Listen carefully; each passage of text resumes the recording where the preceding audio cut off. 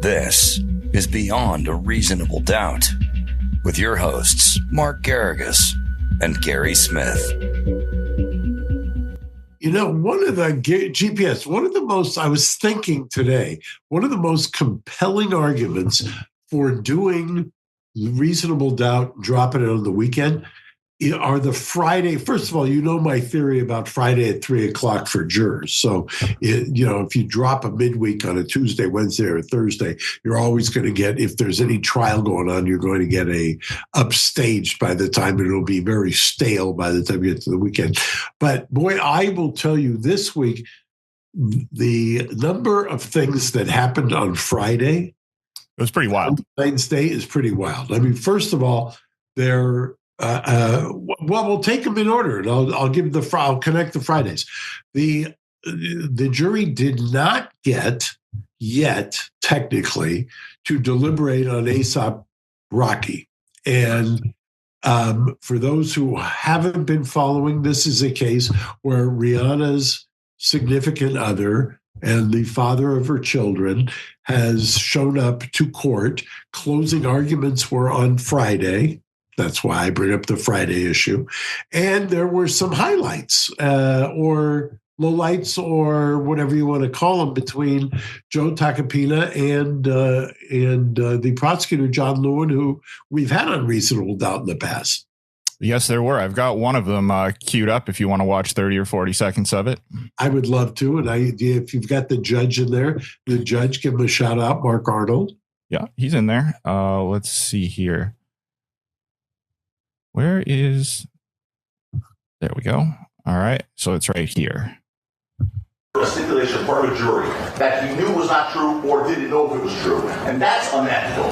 That's unethical. And this is a guy who, the Ninth Circuit just said lied to a jury in the Brantford case. Your Honor, so I want to hear about him. One more thing out of him, and we air everything that's happened in this case, which the court's aware of. Stop. He might want to stop. I'm so threatened. You should be, Joe. Oh, yeah. Let's take a break. You should be. Don't tell the courts that told me I was a liar. Hold on the whole time. It is. You're not watching on YouTube. First of all, Joe's got his jacket off. He's hot. Yeah, he's worked up. I remember there's a judge, Rolf True, who I think is retired now, although I think he sits by assignment. And I did a couple of jury trials in front of him. And I remember one time taking my coat off during closing argument in order to kind of make a point. It had to do with the facts that were elicited in the case. And he called me up to sidebar and admonished me never take the coat off in his courtroom. And I said, Judge, I was demonstrating, blah, blah, blah. And so he gave me a pass. Joe apparently is heated up, and so he took his coat off. I don't know if the air was not working in the criminal courts building or the Clara Shortridge Foltz criminal courts building, or he was just so heated up because it looked like he was also brushing his brow. And I think, if I'm not mistaken, and I'd have to, that Joe is invoking a Ninth Circuit case, federal case, that had slapped John Lewin for prosecutorial misconduct, and he was talking about the prosecutorial misconduct right then and there. I think we've got another clip too. I mean, it's been a very fascinating trial so far. That's the only clip that I have queued up right this second. Let's see. Was there another one that you sent me? I can try to pull it up. I don't know if I sent it to you or not, but there was a clip in which I may have sent it to you today that I thought was interesting because it was Lewin arguing in rebuttal, it appeared to be, for Tacopina, that Tacopina was talking about they have a great courtroom and then Lewin making. Well, Mark, you're cutting in and out on me there. Yeah, you cut in and out on me there a couple times. I'm sorry. Describe the clip one more time for me. So it was a clip where apparently Tacopina had made the argument about basically don't take him away from his family, and it referenced Rihanna sitting in the courtroom with the two kids.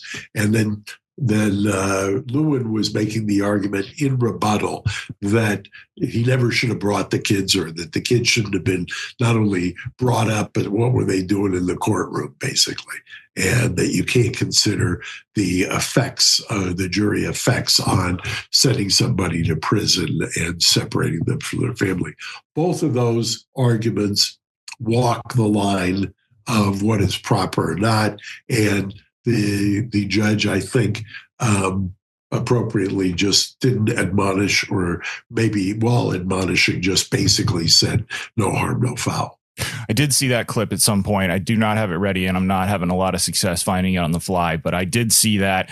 And we did have Rihanna in court several times, including on Valentine's Day. And on Valentine's Day night, she did make an Instagram post. I believe the caption was, get you a Valentine who still writes you love letters. And there was a 30 or 35 second video attached to it. I do have that ready if you're interested in that. That was something that I'm interested in that. I'm also right after that, the 50 Cent post. Yep. We got that one we have ready as well. So here, let's watch Rihanna's Instagram post first. That one's right. All you wanna do.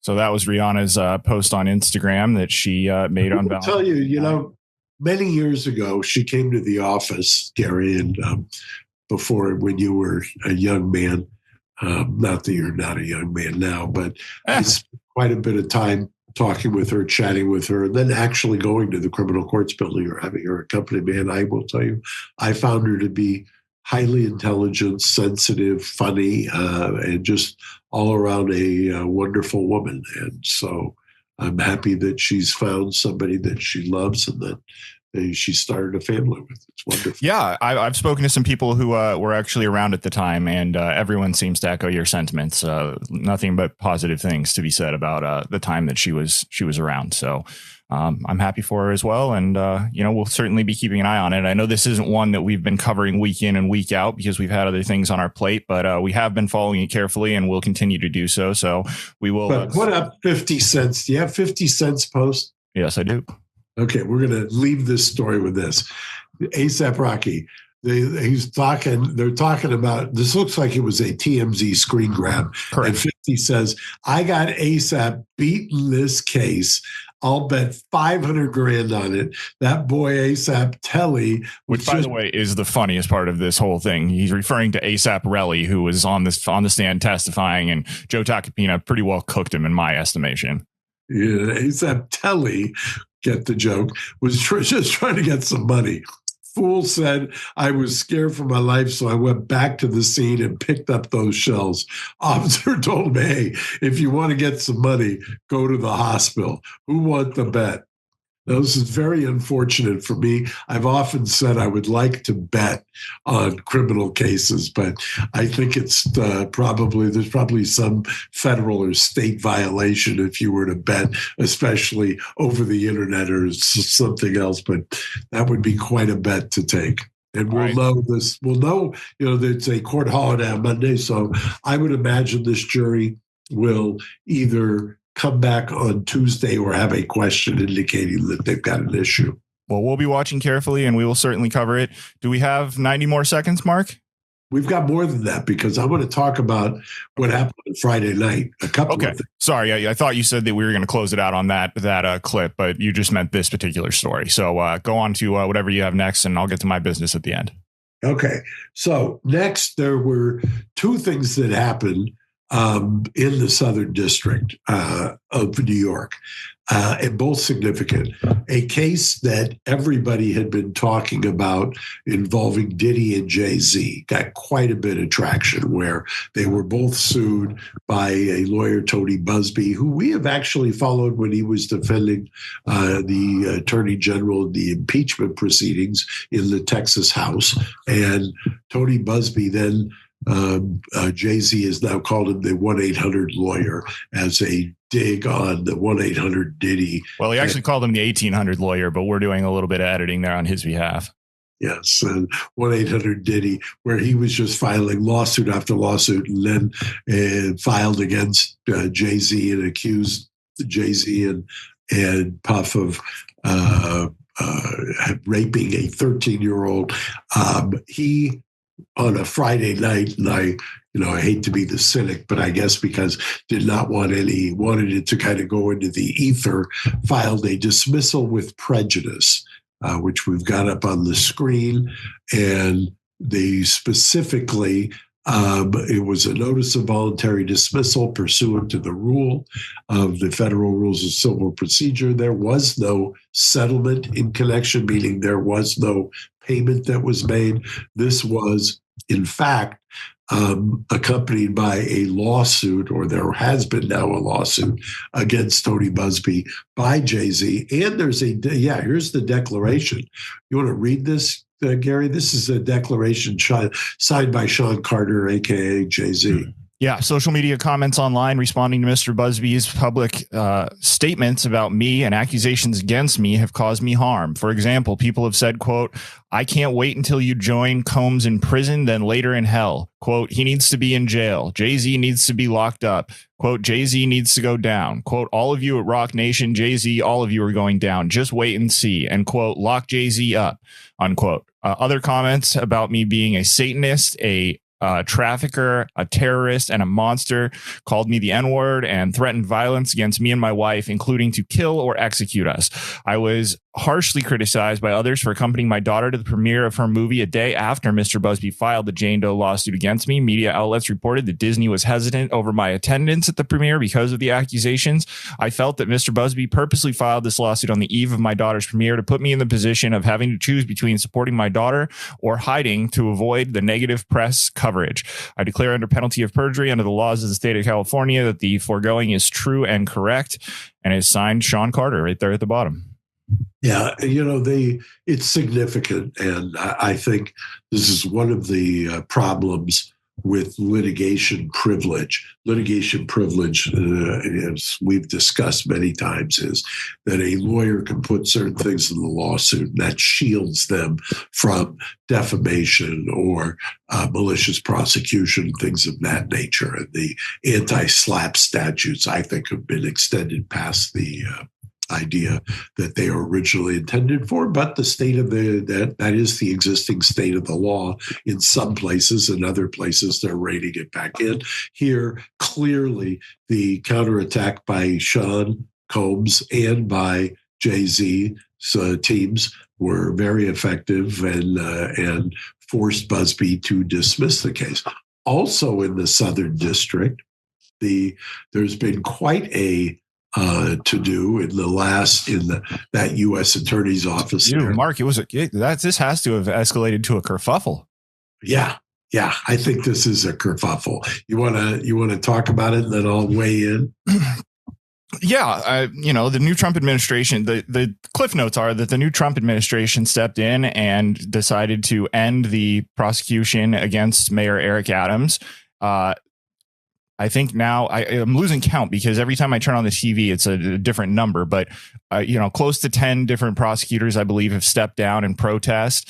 There are people, going on TV, including a clip that I have here if you want to watch it, setting their hair on fire about the ending of this prosecution. And then, why don't you put the clip if it's the one I'm thinking of? It is the one you're thinking of, the one you saw on television and asked me to find for you. You're going to call your own out on this because the out you sent me was a little strange in my opinion. But here's the clip. You tell me when you're done. On the law and the facts, nothing should have changed with respect to the prosecution of Eric Adams. He had not had a trial yet, and if there were issues that he had to bring up about unfair prosecutions, he was going to have an opportunity to do that. This is motivated by politics. This is motivated by loyalty to President Trump. It's the opposite. If you go against Donald Trump, they're investigating you, and if you actually are on Donald Trump's side for whatever he needs you for, investigations against you will disappear. Right. Well, Mayor Eric Adams went down to Mar-a-Lago on January 16th and 17th, and that's where they struck their corrupt bargain.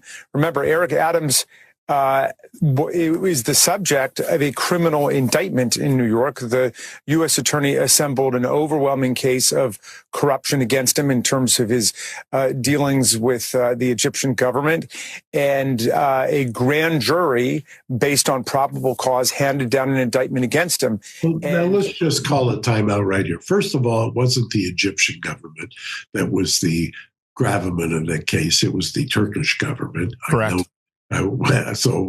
He's confusing the Senator Menendez case where he was just convicted of complicity with the Egyptian government. But people may remember Senator Menendez was the one where they found a bunch of gold bars in pockets of clothes and stuff in his house. And we covered that when he was first arrested, and he was just convicted and sentenced to, I believe, 12 years in prison. Is that right? 11 years, although I'm so...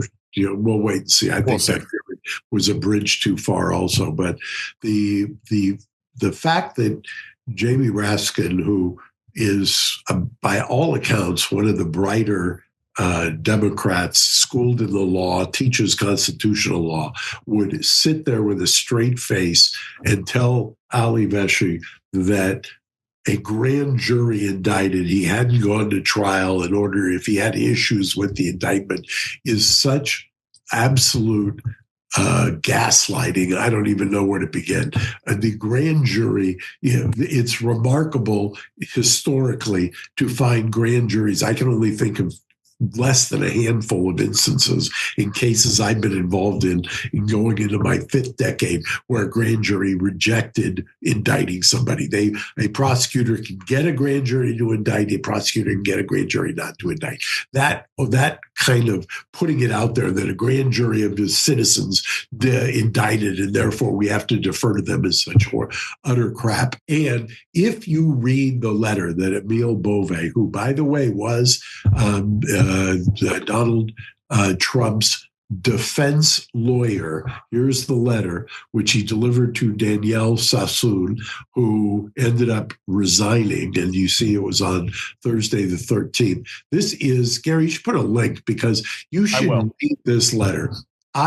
Every one of the people that I know, it's been a great sense of a kind of a Rorschach test, because on the defense side, the just some of the most accomplished criminal defense lawyers I know, because of that reflexive, my interpretation, they're reflexive anti-anything Trump, immediately say, oh, these career prosecutors resigned because they couldn't believe about this corrupt bargain, the quid pro quo. Well, by the way, Emile Beauvais was a federal prosecutor. Emile Beauvais has been on the defense side. And before you just start to react, read the letter, because I've read his letter. I've read the post by the so-called guy that they had to do the put out his resume before they actually posted his post. Emile Beauvais, I've waited 40 years for somebody in the Department of Justice to articulate exactly what he articulated as to the kind of three-card Monty of subject, target, and witness that is engaged in on the federal level. I've waited all that time for somebody. In fact, Emile Beauvais says for the line prosecutors who end up resigning use the old saw. I can't tell you how many times I've heard it. Oh, well, the federal district court judge denied that motion. So, so what? I mean that. What does that mean to you, the federal district court? To quote a Ninth Circuit judge who used to say there is a symbiotic relationship between the trial court and the prosecution, and that was not my line. That was a line from a Ninth Circuit Court of Appeals presiding Chief Justice. I will also invoke what was Chapter 4 in mistrial, which I ripped off from a former district court judge in the Central District, James Eidman, who said being an AUSA or being an assistant United States attorney means never having to say you're sorry. And boy, you read that letter, and more power to this DOJ for doing what they did. Yeah, I'm going to link it in the YouTube version of the show. So go to youtube.com/reasonable doubt podcast and click on this podcast, and it'll be linked there in the description. I really do encourage everyone to go read it. It's 8 pages long. It is extremely well written, well thought out, and cutting. I mean, I'm not necessarily sure if everyone will necessarily get all of the underlying nuances, but it is it's sort of a 8-page mic drop in my opinion. It's really, really phenomenal. I mean, I cannot tell you, and it's written. Hat tip to Emil Bowman. This is written in a way, something that I just love, in a way that it's not cluttered with legalese. It cites, it's accurate, it's clear. Read it is all I would say to you. No, I completely agree. Mark brought me up to his office and gave me a copy of it and told me to read it, and I'm really glad he did, because it's an extremely well written by the way, I saved it as a PDF, and to all of my friends who were texting me, can you believe with their hair on fire? Can you believe this happened? I said, have you read the letter? Uniformly, no. What letter? Yeah, I said, read the letter and then ask yourself why you're practicing criminal defense and you're reacting against what every good criminal defense trial lawyer has been saying for 40 years that I've been around. Anyway, That's it. I'll get off my soapbox. Have a wonderful 3-day weekend, Gary. All right, 1 second, Mark. We got 2 more little pieces of business, if you don't mind. I have a comment that I want to highlight real fast. It is not nice, but we've always said that it's there's a million ways to get your comment read, and this one, as unnice as it is to my friend Brian Eastman, 4691 commented, "Gary looked way better today. Is he transitioning?" Now that's very rude to my friend AK, but that's funny. And, if it makes me chuckle, then, you can get a T-shirt. So, Brian Eastman, look out. I'll get you the instructions. And by the way, if you had seen some of the video from inside of her car when she was leaving her Valentine's Day. Oh, I did see it. Did you see it? Wow. That's one of the reasons we didn't have her make another guest appearance today. Yeah, exactly. I not only saw that, I saw the pre-show video from her last appearance on Reasonable Doubt, which was quite interesting as well. But all love to AK, but that was a funny comment. And then if we have 45 more seconds, I want to play a clip of your other new podcast, Two Angry Men, because we thank you for subscribing and listening here to Reasonable Doubt, but that's a whole different flavor of Mark over there, and I think that people who listen to this show would be interested and they should subscribe. So we're going to play just a short clip of you and Harvey, and then we will get out of here for the day. Victor Willis is straight, as Jerry Seinfeld would say. Not that there's anything wrong with it, but I don't think that's the gripe that they have. They are really pissed off that they are calling this a code for sex. That's what they're saying, essentially, right? I mean, that's what you heard. Right. Clearly what I heard, and it's funny when we talked to Victor, I'm going to test his memory because I represented him, I think 20 years ago, and we actually had this discussion back then 20 years ago. He may not remember, and I don't want to reveal attorney-client, but I'll ask Victor if he remembers. About this issue? About this issue. You're kidding me. I didn't know that. Yeah. You're kidding me. I was curious back then. Look, remember this was... I would be careful with the word curious. not that there's anything wrong. So, yeah, I just thought that was a funny exchange. Yes, but it's interesting because that podcast was named by the TMZ staff, I think. Two Angry Men. I wonder what the name would have been if it had come out of our shop. I hesitate.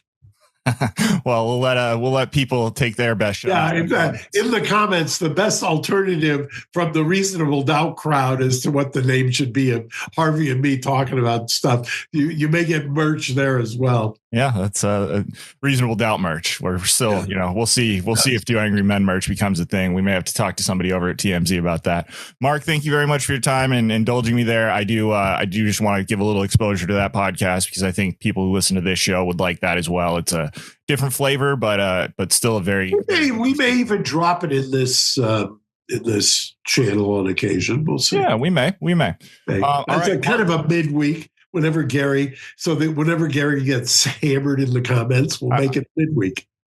I'd say there's probably somewhere between 26 and 41 more times that you're going to say that word before I just deactivate my social media entirely. Something like that. But, we'll see. Mark, thank you so much for making the time on a weekend. We always love to see you, and we'll see you soon. Thanks, Gary. Talk to you. Bye-bye. Thanks for listening to Reasonable Doubt. Subscribe on YouTube at youtube.com/Reasonable Doubt Podcast.